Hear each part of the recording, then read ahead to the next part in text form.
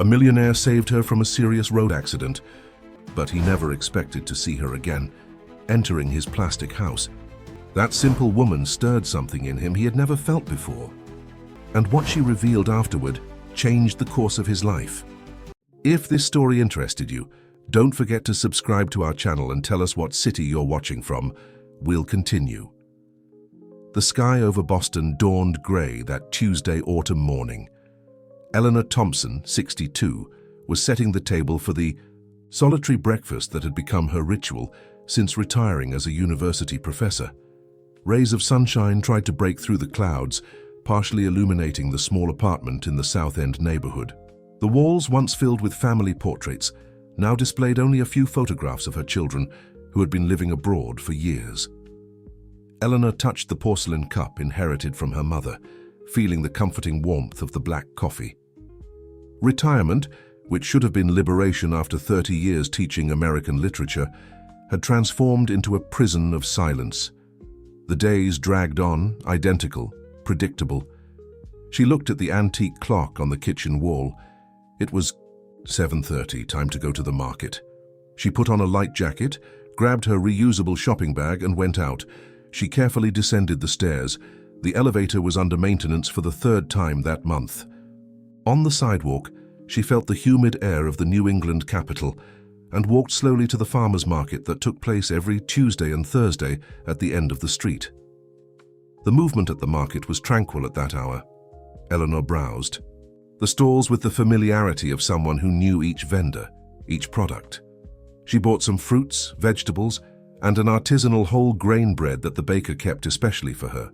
She was thinking about the lunch she would prepare just for herself when, crossing the street to return to her apartment, she didn't notice the bicycle turning the corner at high speed. The impact wasn't strong, but enough to unbalance her. The groceries scattered across the asphalt as Eleanor felt her body yielding to gravity. Before she hit the ground, she felt a pair of firm hands supporting her. "Are you all right, Mom? I'm sorry I couldn't brake in time." Eleanor looked up and saw a man of approximately 40, with stubble and strikingly green eyes.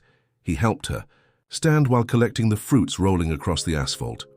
"I'm fine, it was just a scare," replied Eleanor, adjusting her jacket and trying to regain her composure. She felt her heart racing, not knowing if from the fright or from the unexpected touch of those hands. "Let me help you carry these groceries. It's the least I can do after nearly running you over," insisted the man, taking the shopping bag from her hands. "That's not necessary, I live nearby." Eleanor tried to refuse, but a sharp pain in her ankle made her falter. "You've twisted your ankle. You can't walk like that," he observed, concerned. "My name is Nathan. I have a first aid kit at home. It's 2 blocks from here. I can take care of that ankle before it swells." Eleanor hesitated. She didn't usually trust strangers, much less go to their homes, but there was something genuine in Nathan's concern. And perhaps a small part of her was tired of the routine, secretly yearning for something, anything, that would break the pattern of identical days. "All right," she finally yielded, "but afterward, I'll go straight home. I have commitments." It was a lie, and they both seemed to know it. Nathan led Eleanor to a tree-lined street near Jefferson Park. He stopped in front of a structure that completely contrasted with the traditional houses in the neighborhood. It was a singular construction, with walls of recycled glass, reclaimed wood, and a green roof. It looked like it came out of a sustainable architecture magazine. "Is this where you live?" asked Eleanor, unable to hide her surprise. "Yes, it's my home and my project," replied Nathan, opening a gate made from painted blue pallet boards. "It's an experimental sustainable house, part of a program I'm developing with the university." Eleanor entered, supported by Nathan's arm. The interior of the house was even more surprising. Furniture made from recycled materials, abundant natural lighting, plants everywhere. It was like entering another world, one where nature and technology coexisted in harmony. Nathan helped her sit on a sofa made of pallets with colorful cushions. He brought ice for her ankle and a cup of lemon balm tea, which, he explained, he grew in his own vertical garden in the living room. "Are you an architect?" asked Eleanor, observing the technical drawings scattered on an improvised table. "Environmental engineer, actually." I work with low-impact projects and sustainable housing solutions, he explained, while carefully examining Eleanor's ankle. You are a professor. Was a professor, Better said, of American literature at Boston University. I retired 19 years ago, she replied, feeling a pang of melancholy as she spoke of her profession in the past tense. And please call me Eleanor. Mom makes me feel even older than I already am. Nathan smiled, and Eleanor noticed how that smile transformed his face, softening the expression lines that marked his forehead. The ankle doesn't seem broken, just a slight sprain. In a few days, it will be better, he diagnosed. But it would be good to apply ice regularly. Eleanor nodded, grateful for the help, but also strangely reluctant to leave this unusual place. There was something captivating about the functional simplicity of the space, in the way each element seemed to have a history and a purpose. This house, is it part of a larger project? She asked, genuinely interested. Nathan's eyes lit up with the question, as if Eleanor had touched on something deep. It's a prototype. I'm developing sustainable housing models that can be replicated in low-income communities. The idea is to create dignified housing with low maintenance costs and minimal environmental impact. Eleanor listened attentively as Nathan explained the technical details of the project. How it captured rainwater, how it utilized solar light, how the green roof served as a natural thermal insulator. He spoke with passion, gesturing and occasionally drawing quick diagrams in a notepad to illustrate his points. For a moment, Eleanor forgot about the sprain in her ankle, the groceries that were beginning to warm in the bag, and even the loneliness that awaited her at home. She was completely absorbed in the enthusiastic explanation of this man, who minutes before was just a stranger who had almost run her over with a bicycle. When she finally looked at the clock on the wall, made from a melted and molded vinyl record, she realized that 2 hours had passed. My goodness, I need to go, she said, getting up abruptly and feeling a twinge in her ankle. My groceries. I'll take you home, offered Nathan. And don't worry about the groceries. I put the perishables in the refrigerator. Eleanor opened her mouth to protest, but no convincing argument came to mind. In fact, the prospect of extending this unexpected encounter a little longer wasn't unpleasant to her. All right, I'll accept the ride, she agreed, trying to ignore the strange feeling that she was doing something out of the ordinary, something that none of her former university colleagues or her distant children would approve. Nathan helped her into a small electric car, another example of his dedication to sustainability. During the brief journey to Eleanor's apartment, they talked like old friends. He told her about his projects, she about her years at the university, and the American authors she most admired. When they arrived, Nathan insisted on accompanying her to the door of the apartment, carrying the groceries. In the farewell, a moment of hesitation hung between them. Thank you for everything, Nathan, said Eleanor, receiving the shopping bags. It was a pleasure meeting you, Eleanor. And again, sorry for the scare. He turned to leave, but stopped, before reaching the elevator. You know, I'm organizing a workshop on home composting next Saturday at the Sustainable House. If you're interested, it would be great to have your educational experience.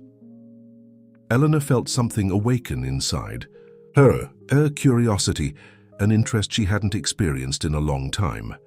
I'll think about it, she replied with a contained smile.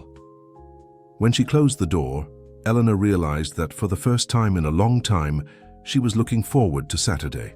What she didn't know was that this seemingly casual encounter would forever change the course of her life, intertwining her fate with Nathan's in ways that neither could have predicted on that gray autumn morning in Boston.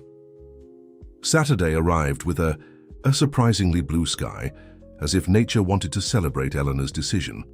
After 3 days debating with herself, she finally decided to attend the composting workshop at the Sustainable House. She dressed with care, navy blue linen pants, and an organic cotton blouse that her daughter Lisa had given her years ago. She tied her grey hair in a loose bun, and in an impulse she didn't quite understand, applied a discreet lipstick. Upon arriving at the Sustainable House, Eleanor was surprised by the activity. About 15 people of different ages chatted animatedly in the front garden. Nathan, wearing a faded t-shirt with the words "Plant Your Future," was organizing materials on a large recycled wooden table. When he saw her, his face lit up with a genuine smile. "Eleanor, glad you came," he exclaimed, approaching to greet her. "How's the ankle?" "Much better, thank you," she replied, feeling strangely nervous, like a teenager. Nathan introduced her to the group. There were university students, an elderly couple passionate about gardening, mothers with young children, and even a chef interested in better utilizing organic waste from his restaurant. Eleanor felt welcomed by the diversity of this group, united by a common interest. The VU workshop began with Nathan explaining the basic principles of composting. Eleanor observed, admiring the didactic and passionate way he transmitted technical knowledge in an accessible way to everyone. There was in him a born educator, someone who, like her in her teaching years, believed in the transformative power of shared knowledge. During the break, while participants enjoyed a snack prepared with organic ingredients, Eleanor approached Nathan. "You have a gift for teaching," she commented. "Have you ever thought about giving classes at the university?" Nathan laughed, a little embarrassed. "Actually, I've given a few guest lectures, but I prefer this more informal format, you know. Here I can reach people who might never set foot in a university classroom." Eleanor nodded, understanding perfectly what he meant. How many times had she felt that the walls of academia prevented knowledge from reaching those who really needed it? The workshop continued with a practical part, where everyone built small home composters using recycled buckets. Eleanor was surprised by her own manual ability, something she had rarely exercised in her life, dedicated to books and words. At the end of the afternoon, as participants began to say goodbye, Nathan invited Eleanor to see the garden at the back of the house. It was a small urban oasis with beds organized in a mandala, where aromatic herbs, vegetables, and some edible flowers grew. "This is the practical result of composting," he explained, showing a tomato plant loaded with small red fruits, the complete cycle from waste to table. Eleanor touched a basil leaf, feeling its intense aroma impregnate her fingers. "What you've built here is incredible, Nathan, a true microcosm of how the world could be." He looked at her with intensity, as if, for the first time, he had found someone who truly understood the essence of his work. Most people only see the surface, the aesthetic or economic side. Few understand that we're talking about a philosophy of life, a different relationship with the world. Eleanor felt something vibrate within her. Those words echoed her own thoughts, her own concerns throughout years of teaching literature. It wasn't about texts or techniques, it was about ways of seeing and being in the world. "You know, Nathan, I think we need more bridges between the technical knowledge you possess and the humanistic reflections that literature provides." His eyes sparkled with the implicit suggestion, "Would you be willing to build those bridges with me?" The question hung in the air, loaded with possibilities. Eleanor felt her heart race, not from fear or hesitation, but from an excitement she hadn't experienced in a long time. "Perhaps," she answered, with an enigmatic smile. "Perhaps that's exactly what I need at this moment in my life." When Eleanor said goodbye, it was already early evening. Nathan insisted on accompanying her to a taxi, concerned about her ankle. In farewell, he gave her a small pot with a basil seedling. "For you to start your own urban garden," he said, with that smile that Eleanor was beginning to eagerly anticipate. In the days that followed, Eleanor found herself constantly thinking about Nathan and the sustainable house. The basil gained a prominent place in the kitchen window, where it received the morning light. She caught herself talking to the little plant, telling it about her days as if it were a green confidant. A week later, Eleanor received a message from Nathan. He was organizing an ecological soiree at the sustainable house and would like her to participate, perhaps reading some text about nature or sustainability. "We need more poetry in our environmental discussions," the message said. Eleanor accepted immediately. She spent the next few days immersed in her bookshelves, rediscovering poems and prose excerpts that spoke of man's relationship with nature. She selected texts from Walt Whitman, Emily Dickinson, and Mary Oliver. She rehearsed the readings aloud, feeling the almost forgotten pleasure of giving life to words through voice. The soiree was a success. The sustainable house, illuminated by solar lanterns, transformed into a magical space where science and art freely dialogued. Eleanor read her chosen texts to an attentive audience, including some university professors whom Nathan had specially invited to listen. At the end of the night, when only a few guests resisted the late hour, Nathan sat beside Eleanor on a bench made of recovered logs. "You were incredible," he said, with genuine admiration. "You managed to translate into words much of what we try to build here in practice." Eleanor felt her face flush with the sincere compliment. "Thank you, it's been a long time since I felt so alive." The word escaped before she could contain it. Alive. That was exactly how she had felt since meeting Nathan and the sustainable house, as if she were awakening from a long period of emotional hibernation. That night, Nathan accompanied her home. In the farewell, there was a moment of hesitation, that moment suspended in time, when two human beings recognize a connection that goes beyond words. Eleanor felt her heart beat as it hadn't in decades. "Would you like to have dinner with me tomorrow?"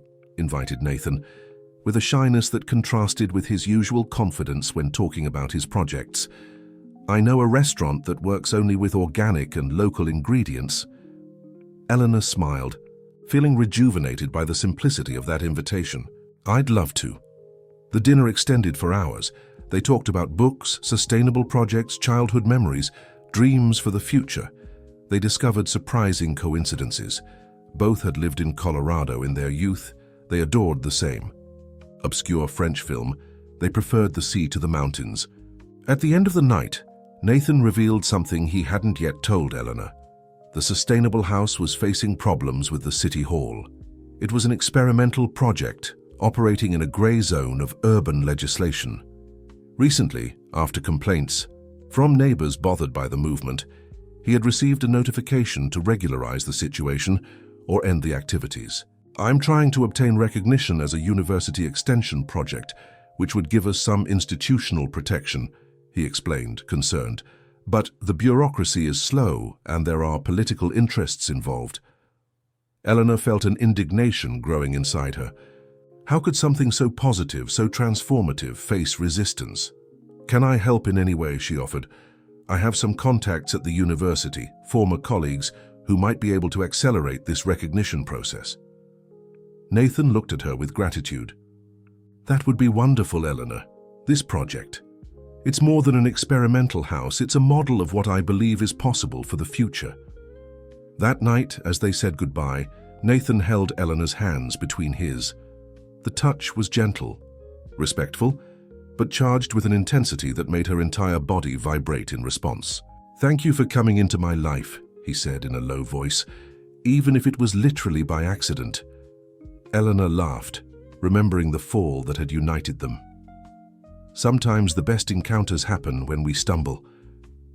He touched her face with delicacy, as if he feared Eleanor might dissolve at the slightest contact. When their lips met, it was as if time suspended its relentless flow. Eleanor felt transported to a place where age was just a meaningless number, where the heart didn't age or tire of feeling. The kiss was brief, almost chaste, but loaded with promises. When they separated, both smiled, complicit in a delicious secret that the universe had entrusted to them. What Eleanor didn't know was that that moment of happiness would be followed by challenges much greater than she imagined.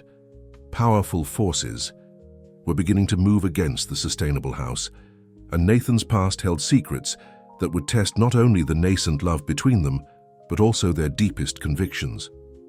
In the weeks that followed, Eleanor dove headfirst into the sustainable house project.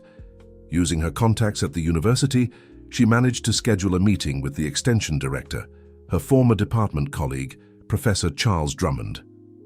At first, he was skeptical about Nathan's project, classifying it as well-intentioned amateurism. But Eleanor, with the eloquence that had made her one of the most respected professors in the literature department, passionately defended the social and environmental importance of the initiative. "Charles, you need to visit the place before making any judgment," she insisted. "What Nathan is building there isn't just an ecological house. It's a living laboratory of possibilities for the future." Reluctantly, the professor agreed to visit the sustainable house. The visit was scheduled for a Wednesday morning. Eleanor was as nervous as she had never been before an inaugural lecture or thesis defense. This was, in a way, her own defense, not of an academic work, but of a new direction for her life. Nathan received the professor with the same passion and clarity with which he conducted his workshops. He showed every detail of the house: the rainwater collection system, the solar heater made with PT bottles, the vertical garden that used hydroponic techniques, the furniture built from reclaimed wood. Charles, initially reserved, gradually surrendered to the evident seriousness and scientific foundation behind the apparent amateurism. "I confess I'm impressed, Nathan," he admitted at the end of the visit, while they enjoyed a freshly harvested mint tea. "There's a methodological rigor in your work that I didn't expect to find." Eleanor felt immense pride in Nathan at that moment. She observed how he answered Charles's technical questions with simultaneous confidence and humility, always open to suggestions, always recognizing the project's limitations. "The university could benefit greatly from a partnership with you," concluded Charles, to the relief of Eleanor and Nathan. "I'll take the project for evaluation by the Extension Council, with my favorable recommendation." When the professor left, Nathan hugged Eleanor with an intensity that left her breathless. "We wouldn't have achieved this without you," he whispered in her ear. "You're amazing, you know that?" She smiled, feeling her face warm with the sincere compliment. In recent years, she had become accustomed to being seen as a retired professor, a lonely widow, a distant mother. It was invigorating to be recognized for her skills, for her passion, for her ability to articulate and convince. That night, Eleanor didn't return home. For the first time since they met, she stayed at the sustainable house. They made love with the tenderness of those rediscovering their own bodies through the gaze of the other. Eleanor, who believed that certain doors were definitely closed to her, found herself entering a territory of long-forgotten sensations. The next morning, she awoke to the bird song that inhabited the garden. Nathan was already up, preparing a kai, breakfast with seasonal fruits and whole-grain bread that he had baked himself. Eleanor observed him, half hidden by the organic cotton sheet, marveling at the naturalness of this man with his visceral connection to the world around him. "Good. Morning, sleepyhead," he smiled, bringing a tray to the improvised bed in the house's loft. "Did you sleep well?" Eleanor nodded, unable to express in words the fullness she felt. They had transcended the barrier of age, of backgrounds, of social expectations. There, in that house that defied architectural conventions, they also defied conventions about relationships, about when and how love can flourish. The idyll, however, lasted briefly. While they were having coffee, Nathan's cell phone rang. It was Marcus, one of the students who attended the workshops at the Sustainable House. The voice on the other end sounded urgent, alarmed. "A municipal inspection team is on the way," informed Marcus, who worked at the City Hall and had access to privileged information. "It seems there was a formal complaint against the house. Something about irregular use of urban land and unauthorized meetings." Nathan turned pale. Eleanor saw the fear in his eyes, not a common fear, but something deeper, as if that news represented a greater threat than the closure of the project. "What can we do?" she asked, already getting up and hurriedly dressing. "You need to go," said Nathan, with a firmness that surprised her. "I don't want to involve you in this. Your reputation at the university—" "Don't be ridiculous," interrupted Eleanor, with the authority of someone who had spent decades commanding classrooms. "We're in this together. I won't abandon you now." Nathan hesitated, visibly divided between gratitude for the support and the desire to protect her. "Eleanor, there are things about me, about this project, that you don't know," he finally said in a low voice. "Things that could complicate your life if you're associated with me when the inspectors arrive." She felt a chill down her spine. What could Nathan be hiding?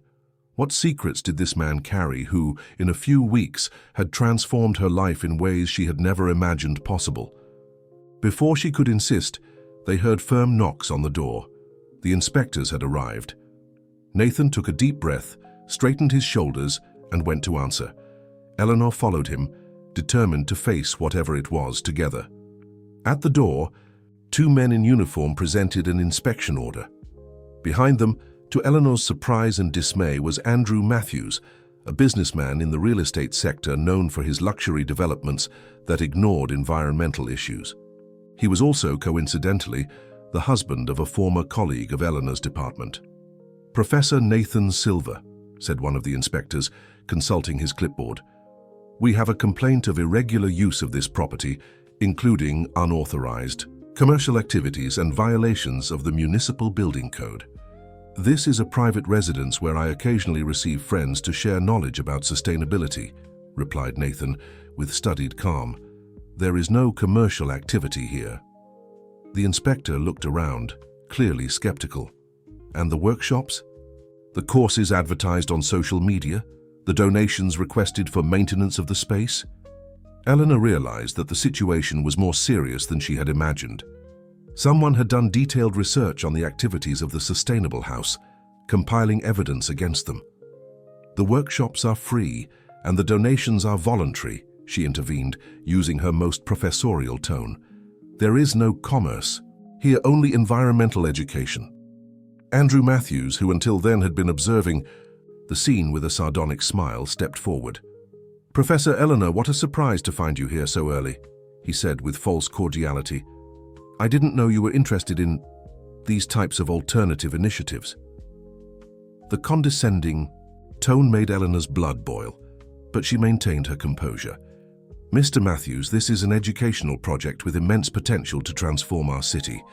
The university, in fact, is evaluating a formal partnership." Andrew laughed, a dry and unpleasant sound. "I'm afraid it's too late for that, Professor. This property is in an area designated exclusively for single-family residential use.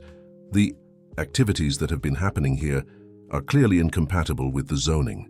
Nathan tried to argue, explaining the experimental and educational character of the project, but the inspectors had already begun to photograph the place and fill out notification forms. "You have 30 days to regularize the situation or end all non-residential activities," informed the inspector, delivering an official document to Nathan. "After this period, if the irregularities persist, the property may be sealed." When the inspectors and Andrew finally left, Nathan collapsed into a chair, suddenly looking exhausted. Eleanor sat beside him, taking his hands in hers.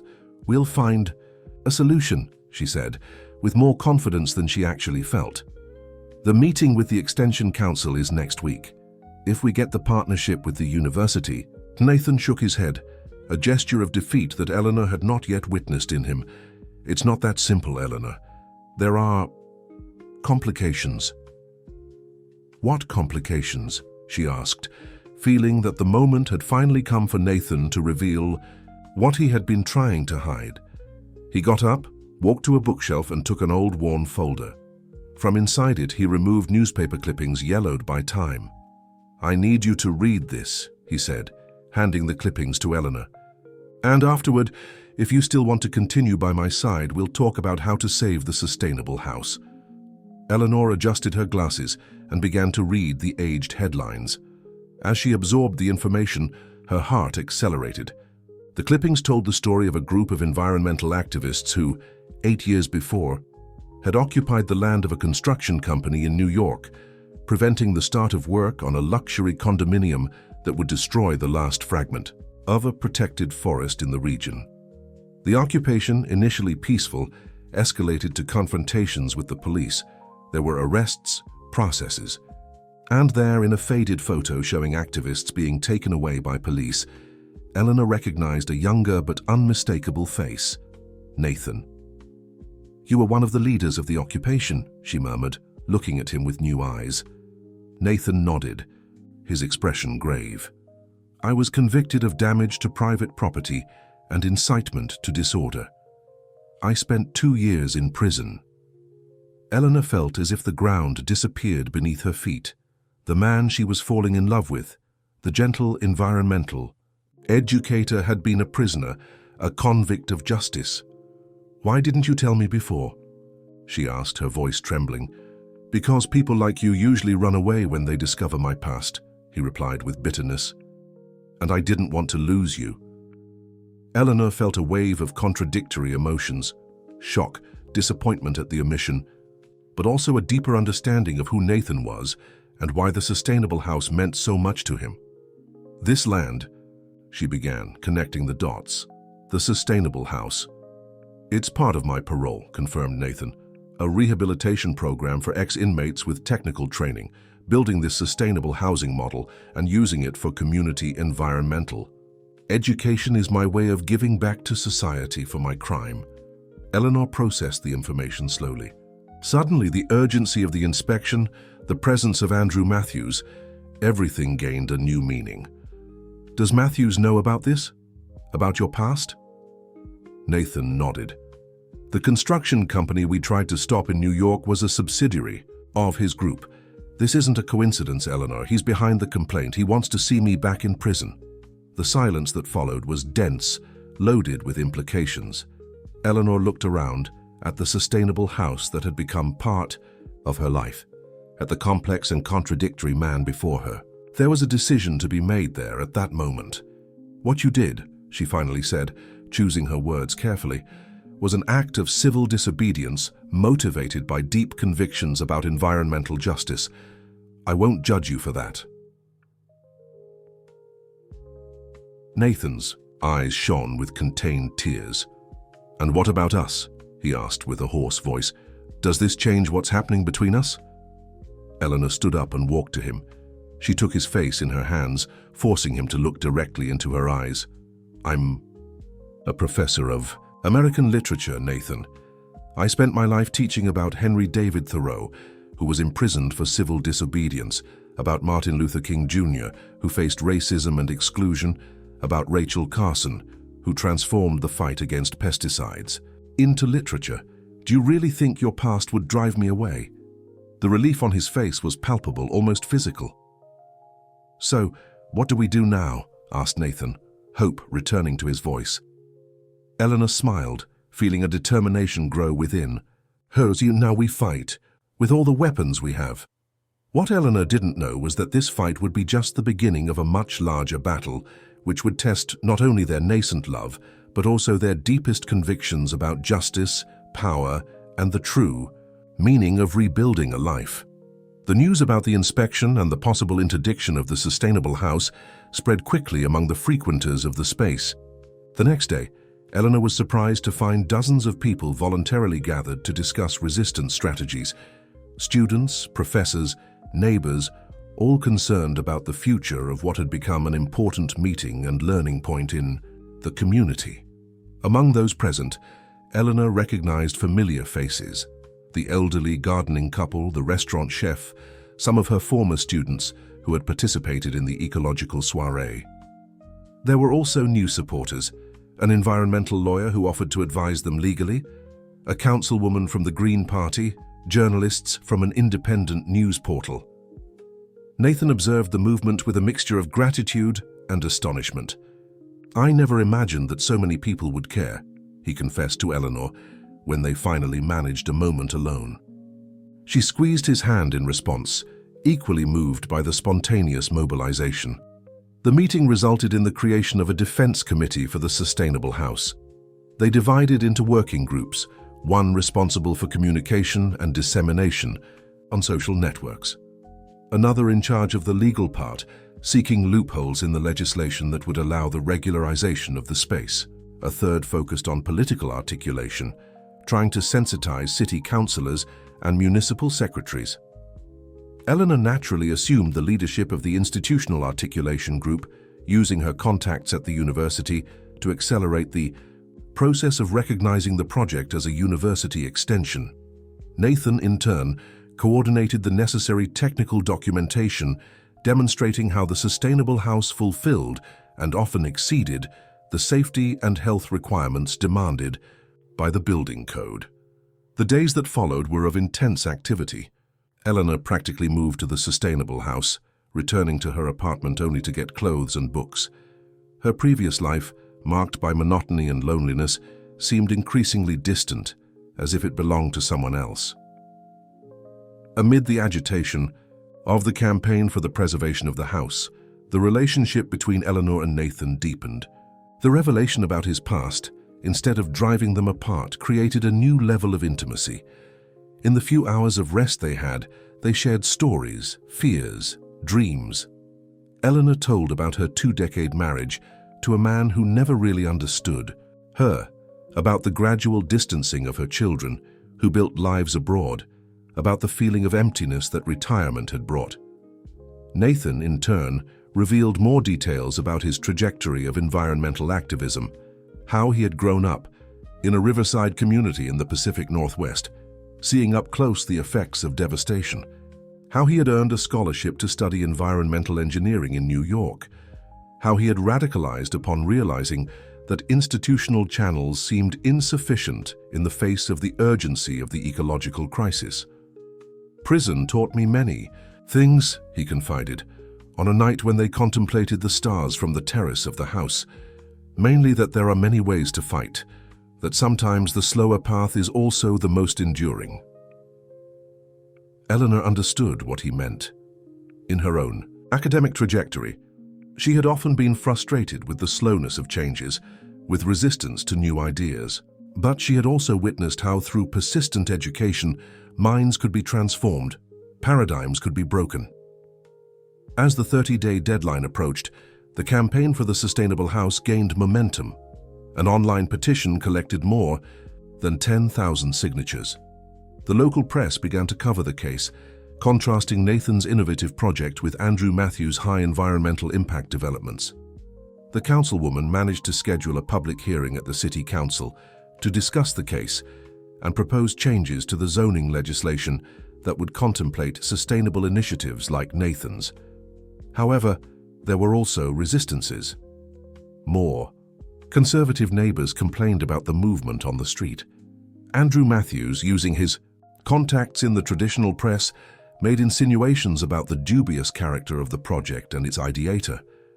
In comments on social networks, questions arose about the true nature of the relationship between the respectable retired professor and the ex-convict. Eleanor felt the weight of these comments more than she admitted to Nathan.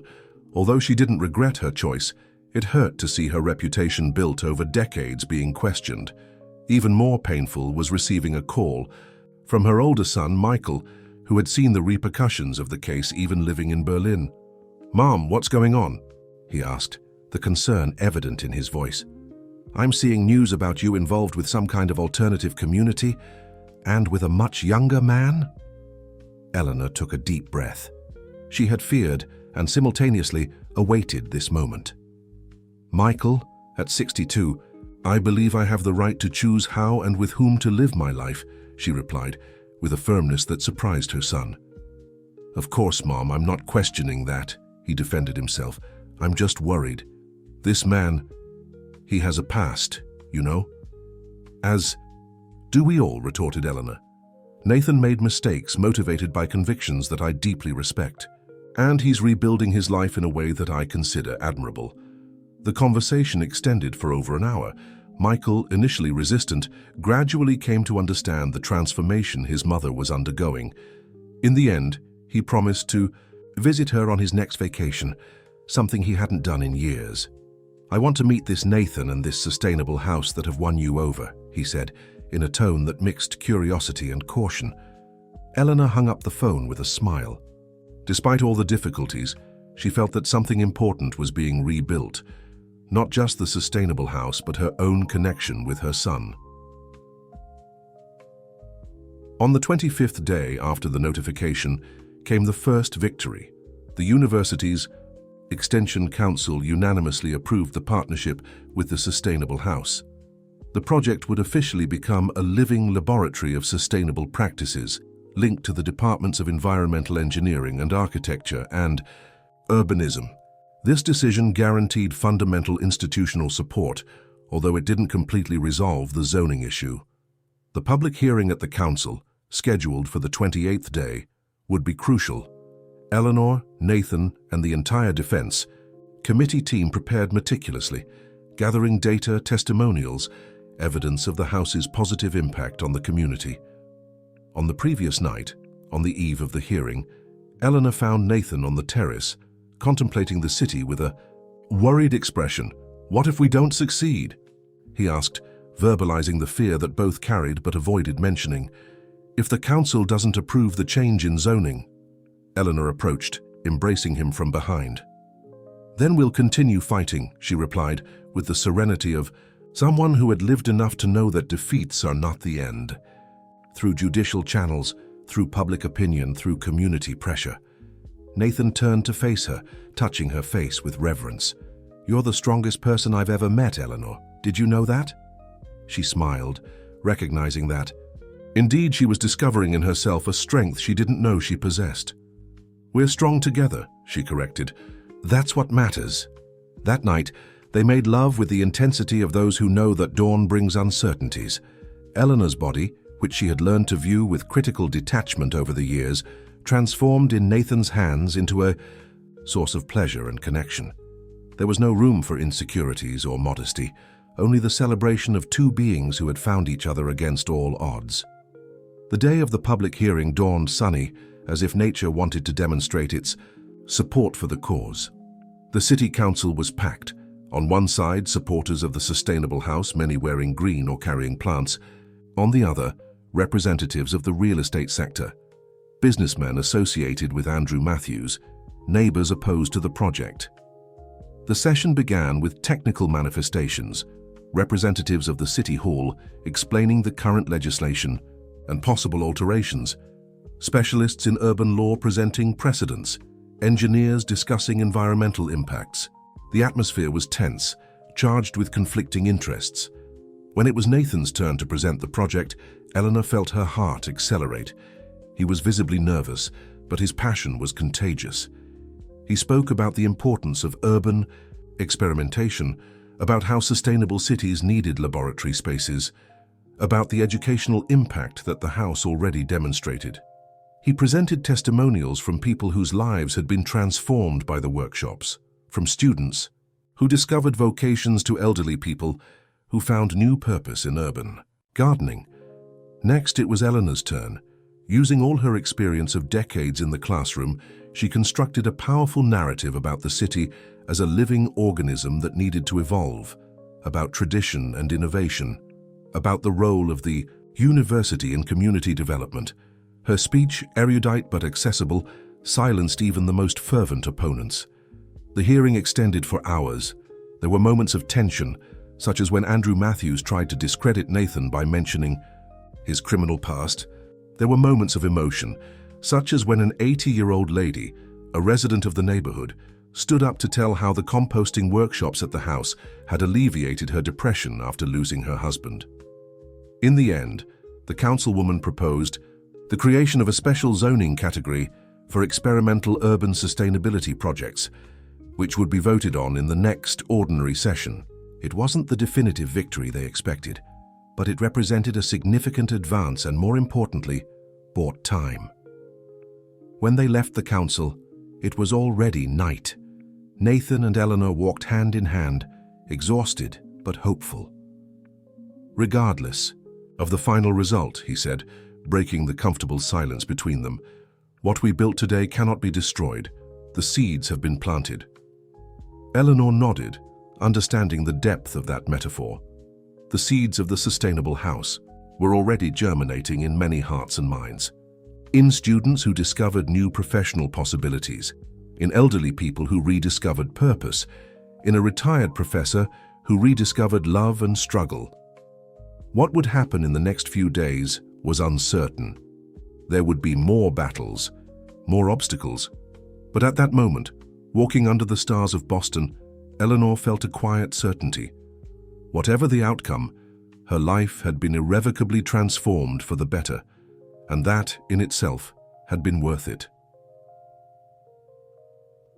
The future was taking shape not as a secure terrain, but as a collective construction, sustainable, resilient, made of recycled materials of hope. A house, not of conventional bricks, but of shared dreams and intertwined hands. The City Council session that would decide the fate of the sustainable house was scheduled for 2 weeks after the public hearing. In that interval, the mobilization in favor of the project intensified. The students organized a cultural festival in the park in front of the council, with musical performances, photographic exhibitions documenting the activities of the house, and demonstrative workshops of sustainable techniques. Eleanor coordinated a cycle of lectures at the university, bringing national specialists in ecological urbanism and circular economy. Nathan, in turn, opened the doors of the sustainable house for guided tours, especially inviting undecided counselors to see the work developed there up close. The strategy proved effective. Many left visibly impressed with the innovative technical solutions and the social impact of the project. But Andrew Matthews was not inactive either. Using his contacts in the business sector, he organized a powerful lobby against the zoning change, arguing that it would open dangerous precedents for urban disorganization and real estate devaluation in the region. In interviews, he continued, insinuating the dubious character of Nathan, always remembering his past as an agitator and property invader. The tension grew as the voting day approached. Eleanor noticed that Nathan slept less and less, often spending entire nights bent over documents and projects, seeking improvements that could further strengthen the sustainable house's case. "You need to rest," she insisted, concerned about the increasingly deep circles under Nathan's eyes. "I'll rest when we've secured the future of the house," he responded, with a tired smile. "It's more than a project, Eleanor. It's my redemption." She understood, although she worried. For Nathan, the sustainable house represented not only an ecological ideal, but a second chance in life. It was his way of proving to society and to himself that his activism could be channeled constructively, that his past mistakes could be transformed into learning. On the eve of the vote, Eleanor received an unexpected call. Her daughter, Lisa, announcing that she had just arrived in Boston. "Michael told me about everything that's happening," she explained.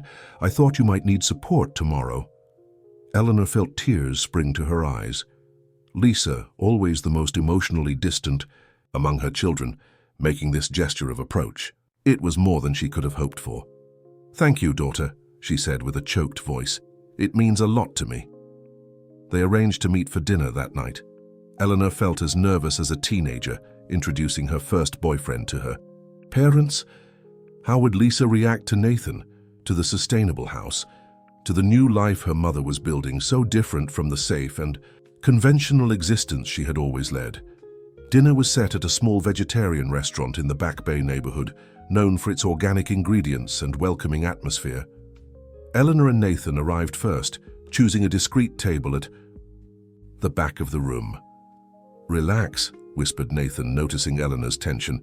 "Your daughter will adore me, or at least she'll tolerate my existence." Eleanor laughed, grateful for the humor that alleviated her anxiety. When Lisa entered the restaurant, Eleanor felt a simultaneous jolt of recognition and estrangement. It had been almost 2 years since she had seen her daughter in person. She seemed more mature, more self-assured. Lisa hugged her mother with an unusual intensity for her habitually reserved temperament. Then she turned to Nathan, formally extending her hand. "So you're the famous Nathan," she said, in a tone that Eleanor couldn't decipher as friendly or ironic. "The very one," he replied with tranquility. "Although I prefer infamous to famous, it has more personality." The comment drew a reluctant smile from Lisa. The initial ice was beginning to melt. The dinner went better than Eleanor had expected. Lisa, who worked as an architect in Barcelona, showed genuine interest in the sustainable house project. She asked technical questions that impressed Nathan, demonstrating knowledge about ecological constructions and sustainable urbanism. "In Europe, especially in Spain and Germany, projects like yours already have institutional recognition," she commented. "They're seen as necessary laboratories for the future of cities." "The US always arrives late to good ideas," replied Nathan with a sigh, "and too quickly to bad ones." The conversation flowed for hours. Eleanor observed, amazed, how her daughter and Nathan found common ground in their worldviews, despite differences in age and trajectory. At a certain point, Lisa mentioned a regenerative architecture project she was working on in Barcelona, and Nathan's eyes lit up. "That would be perfect for the next phase of the sustainable house," he exclaimed. "If we get approval tomorrow," "Of course." "When you get approval," corrected Lisa. with a confidence that warmed Eleanor's heart. "And when that happens, I'd like to contribute to the project. I can develop some ideas during my stay here." Eleanor felt a wave of gratitude flood her chest. Her daughter not only accepted her new life, but wanted to be part of it. It was more than she had dared to hope. At the end of the night, when Nathan moved away to pay the bill, Lisa held her mother's hand over the table. "He makes you happy," she observed, not as a question, but as a statement. Eleanor nodded, unable to articulate in words the transformation that Nathan had brought to her life. "Then that's what matters," concluded Lisa, with a maturity that moved Eleanor. "The rest we'll figure out." They remained silent for a few minutes, contemplating the stars, the distant city, the new reality that was taking shape for both. "I think we're all rebuilding something here," reflected Lisa finally. "Not just the house, not just your life, but perhaps our family." Eleanor nodded, unable to speak through the knot in her throat. She hugged her daughter, feeling as if she were closing a circle that she didn't even know was open.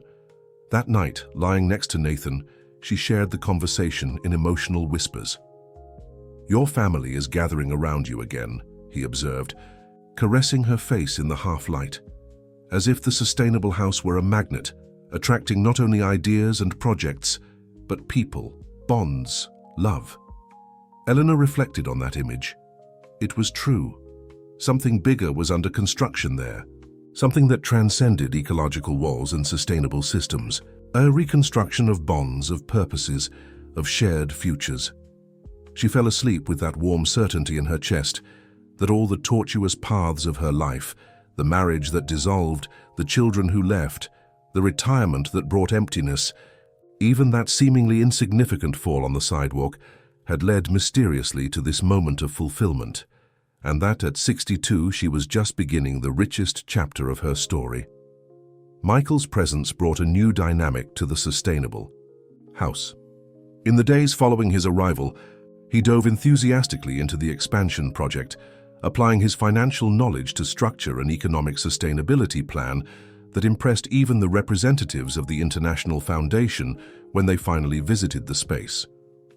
"You're not just creating an ecological project, but a viable and replicable economic model," commented Clara Thompson, project director of the foundation, after a detailed presentation conducted by Nathan, Lisa, and Michael as a perfectly synchronized team. "It's exactly the type of initiative we seek to support."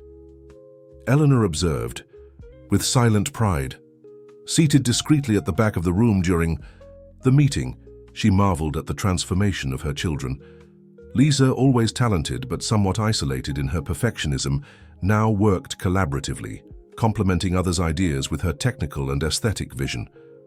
Michael, previously so focused on corporate ascension and resource accumulation, now spoke passionately about circular economy and impact investment. And Nathan, shone at the center of that collective project, without dominating the space but weaving connections, building bridges between the technical and the human, between the dream and the achievable. His contagious energy had not only transformed Eleanor's life, but now touched her children as well, expanding in concentric circles of positive influence. The result of the visit exceeded all expectations.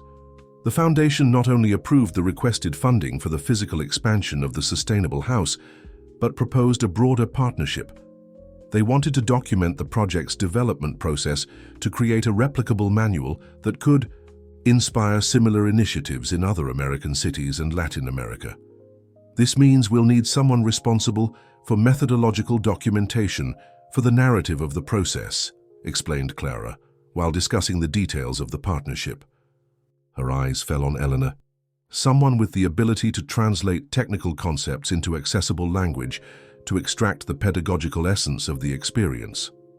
Nathan smiled, exchanging a complicit look with Eleanor. "I think we know the perfect person for that," he said.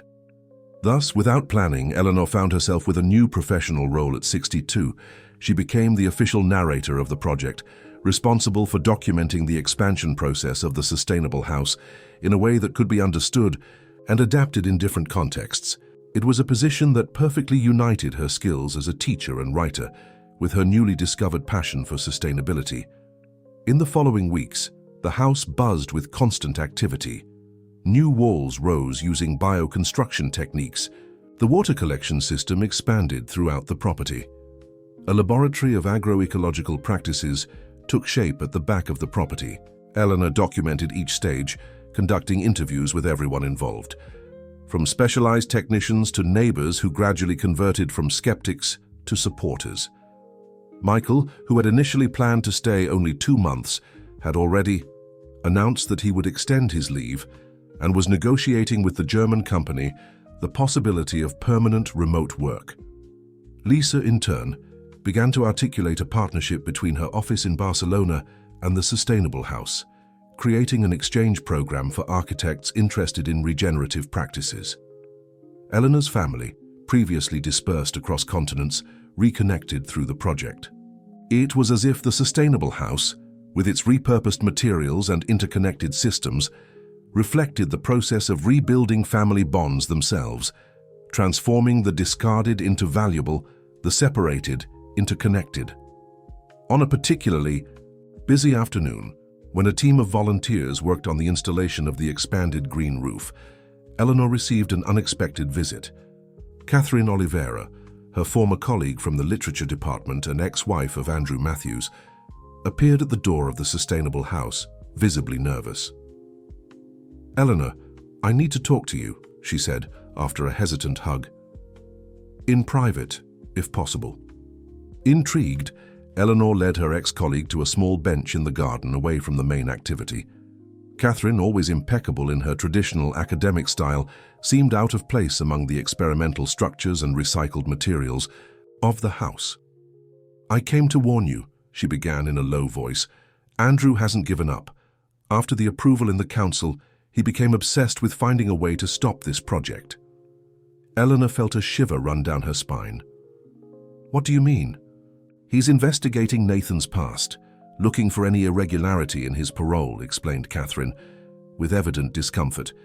"He hired a private investigator to gather information about the period he spent in prison, about the agreement that allowed his release for this project." Eleanor turned pale. Nathan had rigorously fulfilled all the conditions of his parole, but the process had not been free of controversies. There had been political pressure from environmental groups for him to receive a chance to apply his knowledge in a socially relevant project, which had generated resentment in more conservative sectors. "Why is Andrew so committed to this?" asked Eleanor, genuinely perplexed by the businessman's obstinacy. "It's just a community project. It doesn't represent any real threat to his real estate interests." Catherine looked away, clearly uncomfortable. "It's not just about the project itself, Eleanor, it's personal." "Personal?" He didn't even know Nathan before all this started. Catherine took a deep breath as if preparing to reveal something difficult. Andrew was a minority partner in the construction company that Nathan and his group prevented from building on that land in New York 8 years ago. It was a significant financial loss for him, but more than that, it was a blow to his reputation. He never forgot, never forgave. Eleanor felt her stomach sink. The connection was deeper and older than she had imagined.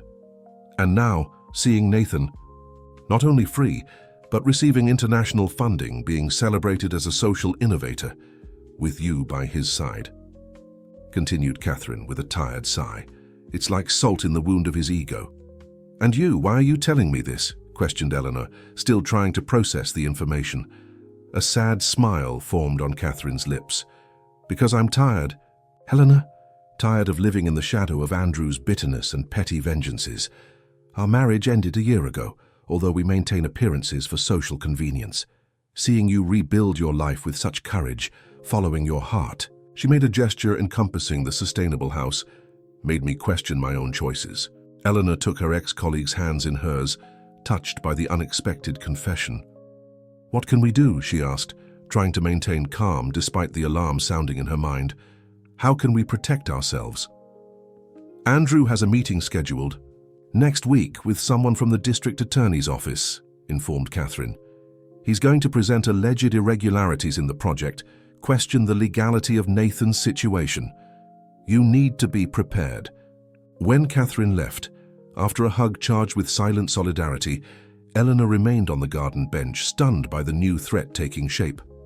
When she finally gathered the strength to share the information with Nathan, she found him radiating enthusiasm after a video conference with other sustainable projects in Latin America.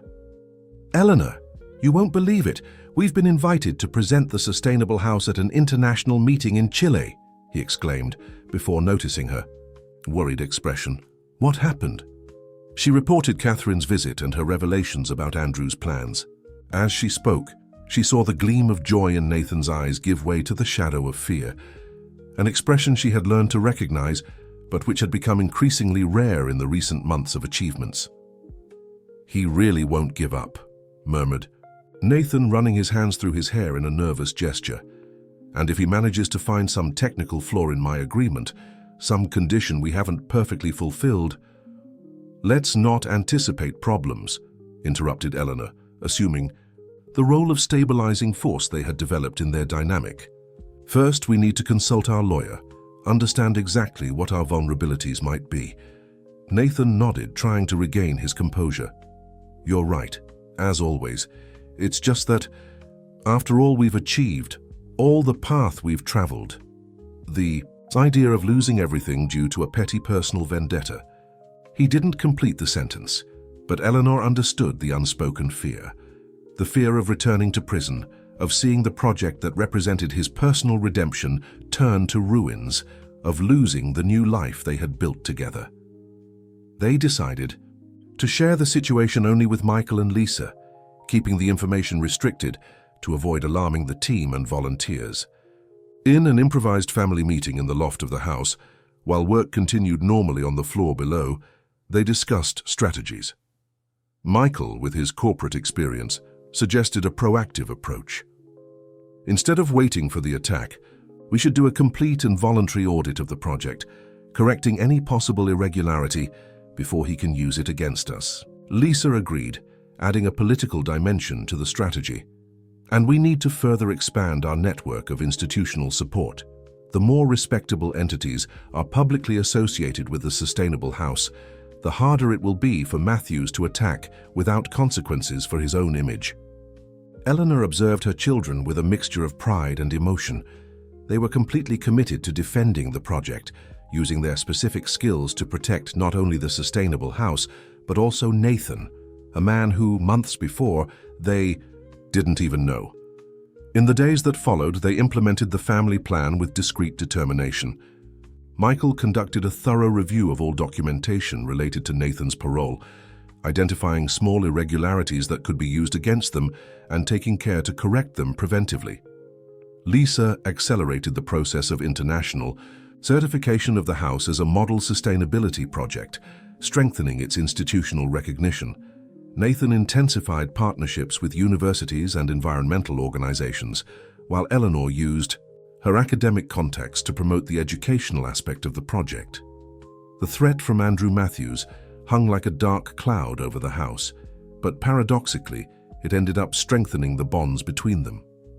In the evenings, after long days of work and articulation, they gathered for dinner, Eleanor, Nathan, Michael, and Lisa, like a family united by a common purpose, by a shared struggle.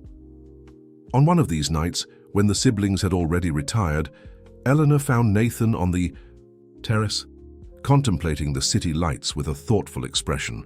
"A penny for your thoughts," she said, embracing him from behind. He smiled, covering her hands with his. "I was thinking about how strange the path life traces," he replied, after a moment of silence. "A year ago I was alone in this house, focused only on the mission, the cause, with no space for anything personal. Now I'm surrounded by a family I didn't know I needed or deserved."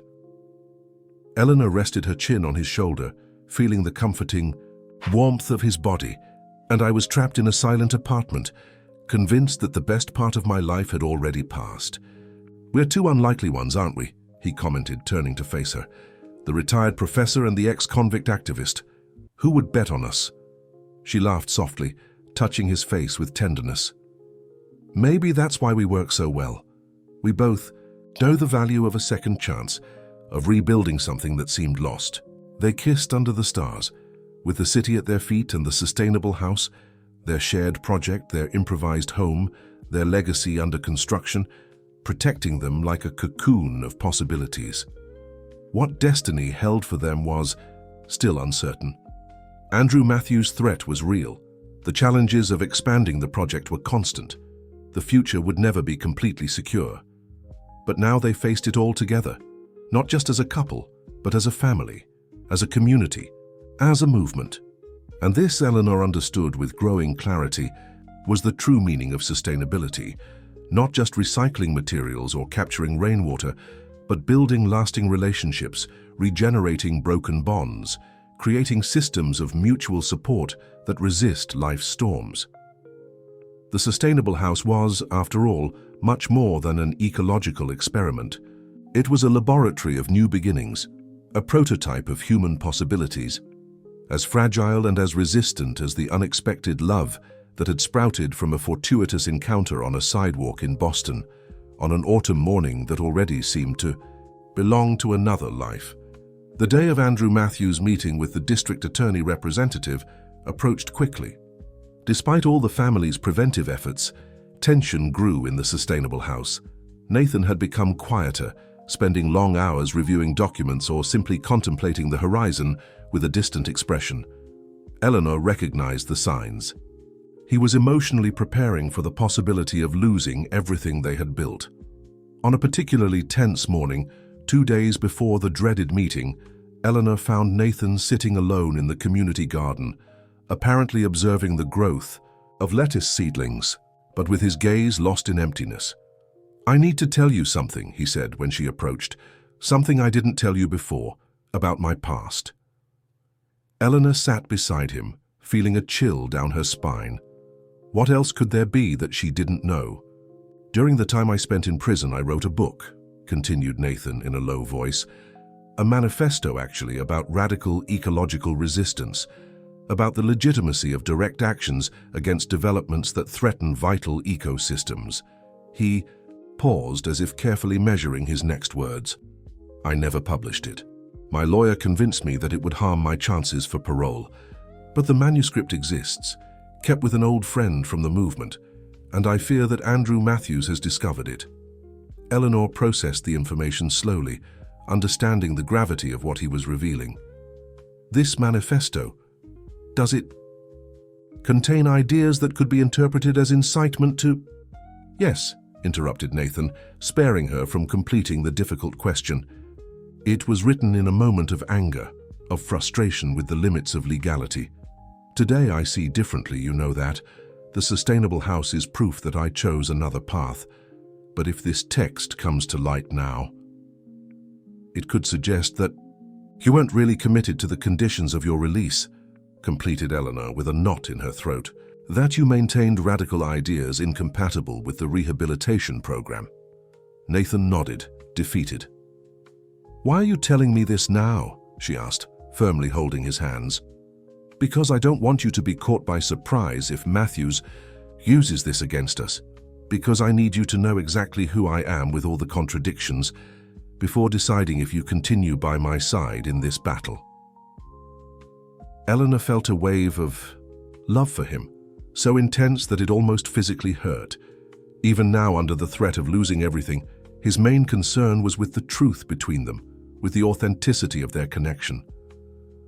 "Nathan Silver," she said, holding his face between her hands, forcing him to look directly into her eyes. "I love you, not despite your contradictions, but with them. The man who wrote that manifesto in prison is part of who you are today, and I love that complex and imperfect whole." He smiled, a sad but genuine smile touched by the firmness of that declaration. "What will we do now?" he asked, his voice a little stronger. "First, we need to tell the others," decided Eleanor. "Michael and Lisa deserve to know what we're dealing with. And then, we're going to seek this manuscript." Nathan widened his eyes. "Seek? But if Matthews is looking, we need to get there first," she explained, with a determination that surprised them both. Better to have it in hand to prepare ourselves than to be caught by surprise. That afternoon was of intense family discussions. Michael and Lisa, informed about the manuscript, initially reacted with shock and then with surprising pragmatism. "We need to recover this text immediately," agreed Michael, "and prepare a communication strategy in case it goes public." "We can't deny its existence," added Lisa, "but we can contextualize it as part of a thought evolution process, show how the Nathan of today differs from the one who wrote it." Nathan observed the siblings with growing gratitude. There was no judgment in their reactions, only the practical desire to protect the project, the family, the future they were building together. That same night, Nathan contacted his former movement companion, Tyler, who kept the manuscript. For years they had maintained only sporadic contact on the recommendation of Nathan's lawyers to avoid associations that could compromise his parole. The news he received was worrying. A man had approached Tyler days before, asking questions about Nathan's past, specifically about his writings during the prison period. "I didn't mention the manuscript," guaranteed Tyler over the phone.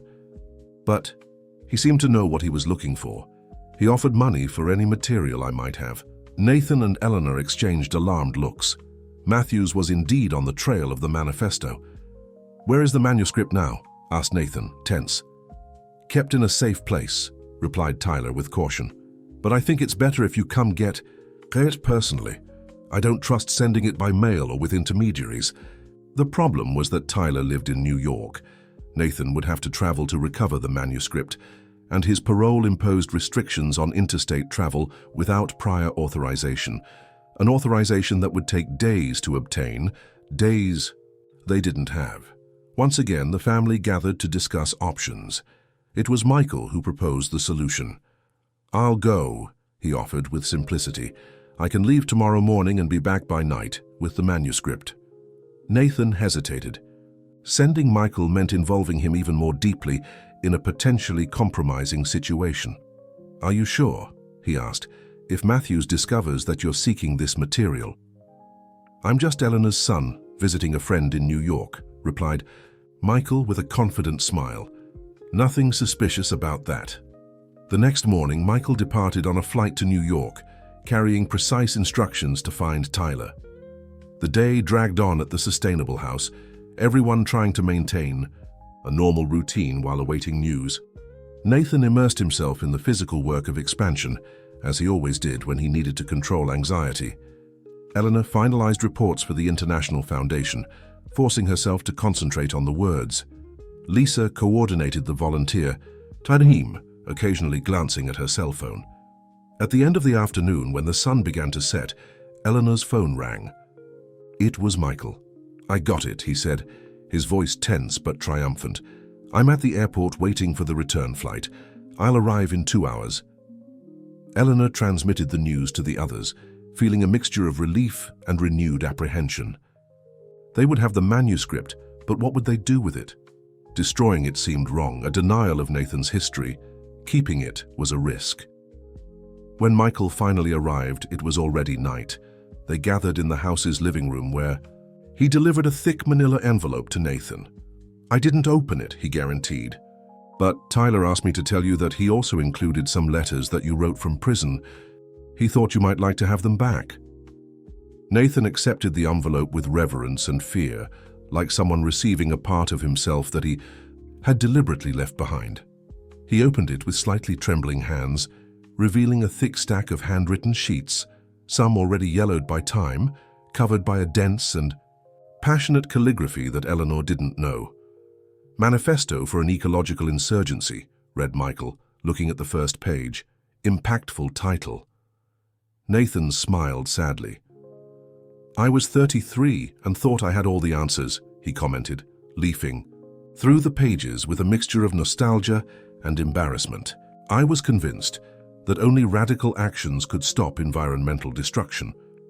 Eleanor sat beside him, gently touching the pages. "And now?" she asked. "Now I know I don't have all the answers. That real change is more complex, slower, more collaborative than I imagined," he replied, looking around at the house, at the gathered family. "But also deeper when it happens." Lisa, who was leafing through some loose pages, raised her eyes with a surprised expression. "This is remarkable, Nathan. There's a poetic intensity here, an urgency that still resonates." He laughed, embarrassed. "Probably. The most radical part of my manifesto is the language. I was never very moderate in my way of expressing myself." Michael, who had naturally assumed the role of group strategist, brought the conversation back to practical matters. "We need to decide what to do with this," he said, serious. "Matthew's meeting with the prosecutor is tomorrow." After a long discussion, they reached a surprising decision. They wouldn't hide the manuscript. Instead, Nathan would write a new preface, contextualizing the text as part of his personal and intellectual journey, explaining how his ideas had evolved since then towards an approach of constructive activism. Eleanor would help edit this preface, ensuring clarity and honesty without unnecessary self-criticism. "If Matthews tries to use the manuscript against us, we'll be prepared," explained Michael.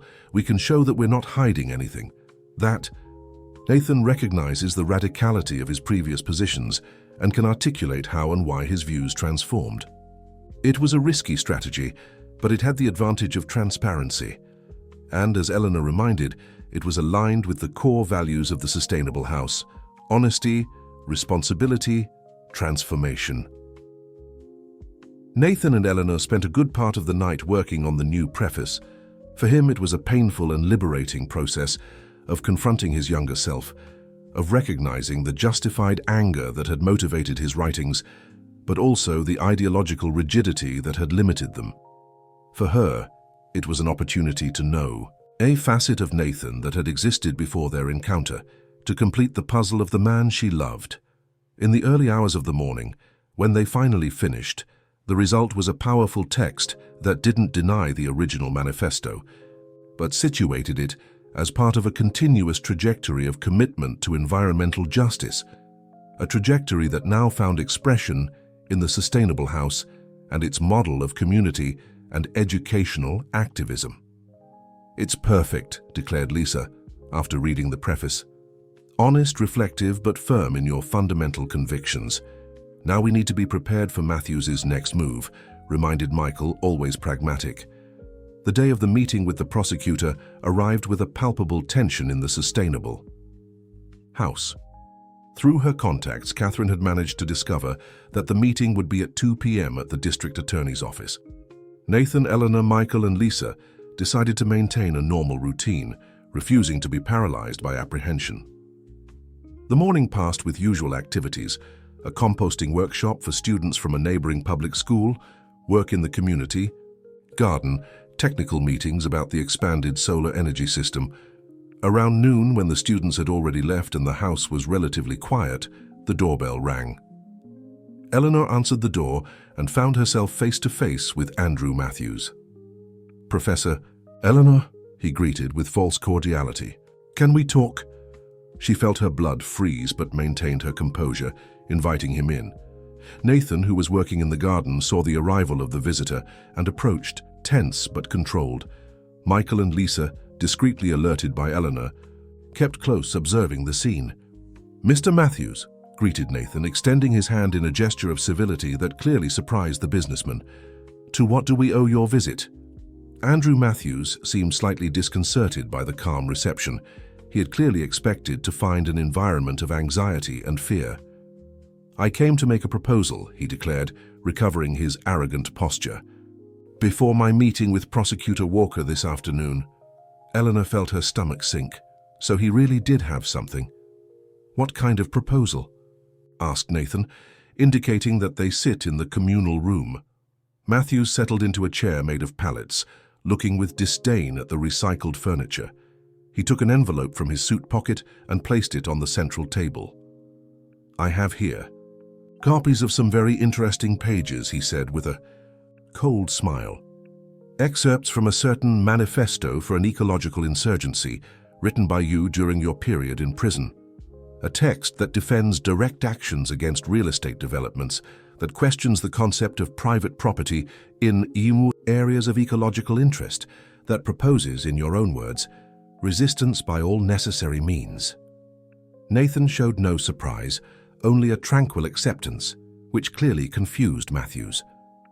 "I suppose you intend to show these excerpts to the prosecutor this afternoon," said Nathan, without inflection in his voice, "to suggest that I continue to maintain radical ideas incompatible with my parole." "Exactly," confirmed Matthews, regaining confidence, "which will probably result in a complete re-evaluation of your case, possibly a return to prison, and certainly the end of this project." Eleanor observed the scene with a heavy heart, but confident in the strategy they had developed. Nathan remained calm, almost serene. "And what is your proposal, Mr. Matthews?" he asked directly. The businessman leaned forward, lowering his voice as if sharing a secret. "Voluntarily close the sustainable house. Transfer the property to my development company for a fair value, of course. Distance yourself from Professor Eleanor and her family.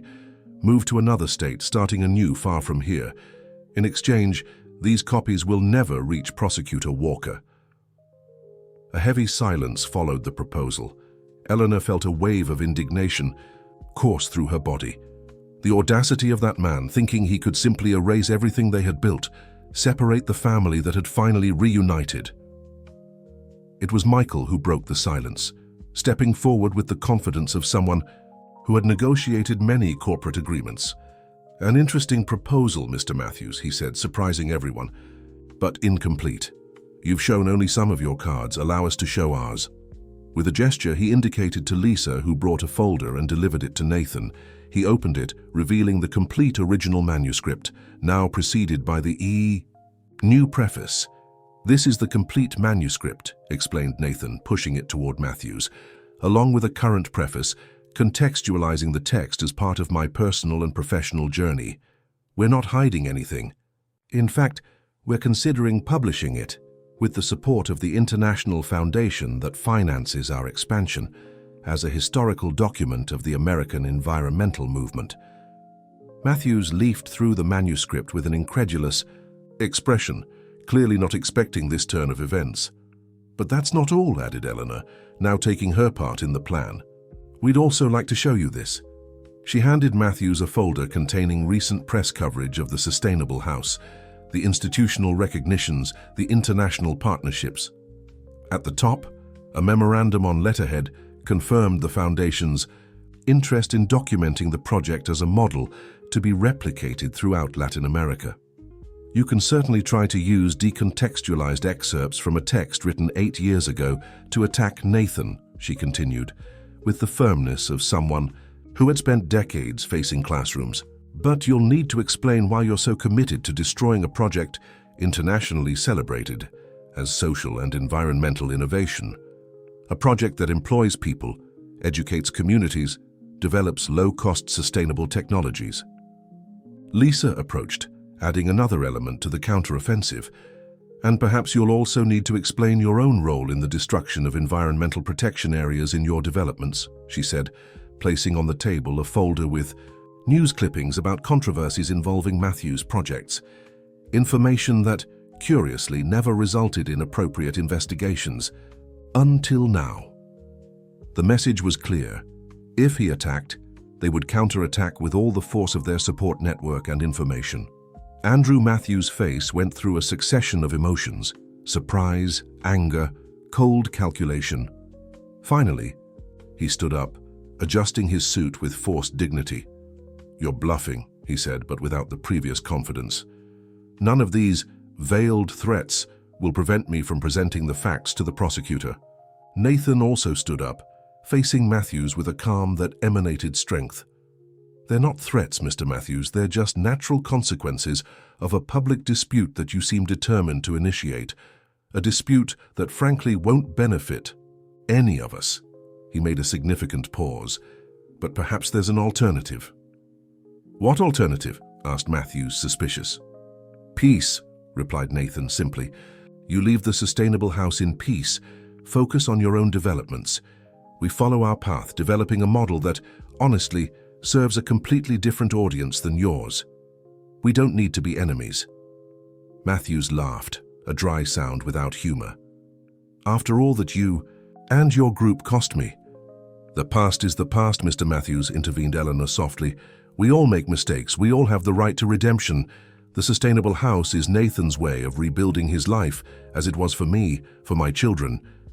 Wouldn't it be better to channel your energy into building something new, instead of trying to destroy what others have built? Something in the simplicity of that appeal seemed to touch some chord in Matthews. For a brief moment, an almost vulnerable expression crossed his face, quickly replaced by the usual mask of control. "I'll consider your observations," he finally said, collecting his copies and heading to the door. "But don't think this is over." When the door closed behind him, the four remained in silence, processing what had happened. It wasn't a definitive victory, but they had resisted the frontal attack. Now they had to wait to see if Matthews would proceed with his plan to meet the prosecutor or reconsider his personal vendetta. "You were incredible," Nathan finally said, looking with admiration at Eleanor, Michael, and Lisa. "I never imagined having a family like this." The word family hung in the air, loaded with meaning. It was the first time Nathan had openly used it to refer to them collectively. Eleanor smiled, taking his hand. "We are a family," she confirmed. "Unlikely, rebuilt, sustainable." 2 weeks after the confrontation with Matthews, the Sustainable House received a formal communication. The prosecutor's office had evaluated the case and found no grounds for reviewing Nathan's parole. The project had been recognized as a legitimate rehabilitation initiative with significant social impact. A cloud that had hung over them for months finally dissipated. The celebration was quiet but profound. That evening, the four gathered for a special dinner in the garden under strings of solar-powered lights. Eleanor had prepared her mother's famous clam chowder. Michael brought wine from a small organic vineyard he had discovered. Lisa decorated the space with her architect's touch, and Nathan baked sourdough bread from his own starter. "To new beginnings," proposed Michael, raising his glass. "And to unexpected families," added Lisa. As they clinked glasses, Eleanor felt a wave of gratitude unlike anything she had experienced before. Looking around the table, at her children who had returned from distant lives to be part of this new chapter, at Nathan who had brought purpose and passion back to her world, she knew with certainty that she had found her true home. Later that night, as Nathan and Eleanor sat on the terrace watching the stars, he took her hand and placed a small object in it. It was a key, attached to a keychain made from a polished piece of reclaimed wood. "What's this?" she asked, though she already sensed the answer. "The key to our future," he replied, "if you want it to be." The invitation wasn't just to move in permanently, she had practically been living there already, but to fully commit to the shared journey they had begun with all its uncertainties and possibilities. "I do," she said simply, kissing him under the vast Boston sky. In the months that followed, the Sustainable House expanded both physically and in mission. With the International Foundation's support, they built a new wing dedicated to educational workshops. Michael extended his stay indefinitely, eventually accepting a position as financial director for a coalition of environmental non-profits based in Boston. Lisa divided her time between Barcelona and Boston, bringing innovative architectural concepts to the project while maintaining her international career. The house became a recognized center for sustainable living, hosting visitors from around the world, inspiring similar initiatives in other cities, demonstrating in practice that another way of existing in harmony with the environment was possible. As for Andrew Matthews, they heard through Catherine that he had gradually redirected his energy, surprisingly incorporating some eco-friendly elements into his new developments. Whether this change came from business calculation or genuine reflection, they couldn't know. But when he unexpectedly made a small donation to their educational program, anonymously, though Catherine made sure they knew the source, they accepted it as a tacit peace offering. 1 year after their first encounter, on a crisp autumn morning, much like the one when Nathan had nearly run Eleanor over with his bicycle, they gathered in the garden of the Sustainable House for a small ceremony. It wasn't a traditional wedding, neither of them felt the need for that, but a celebration of commitment, attended by the family they had built and the community that had grown around them. Eleanor, at 63, stood radiant in a simple linen dress, her grey hair crowned with a circlet of herbs from the garden. Nathan, at 41, had never looked more at peace, dressed in a shirt made from organic cotton, his green eyes shining with joy.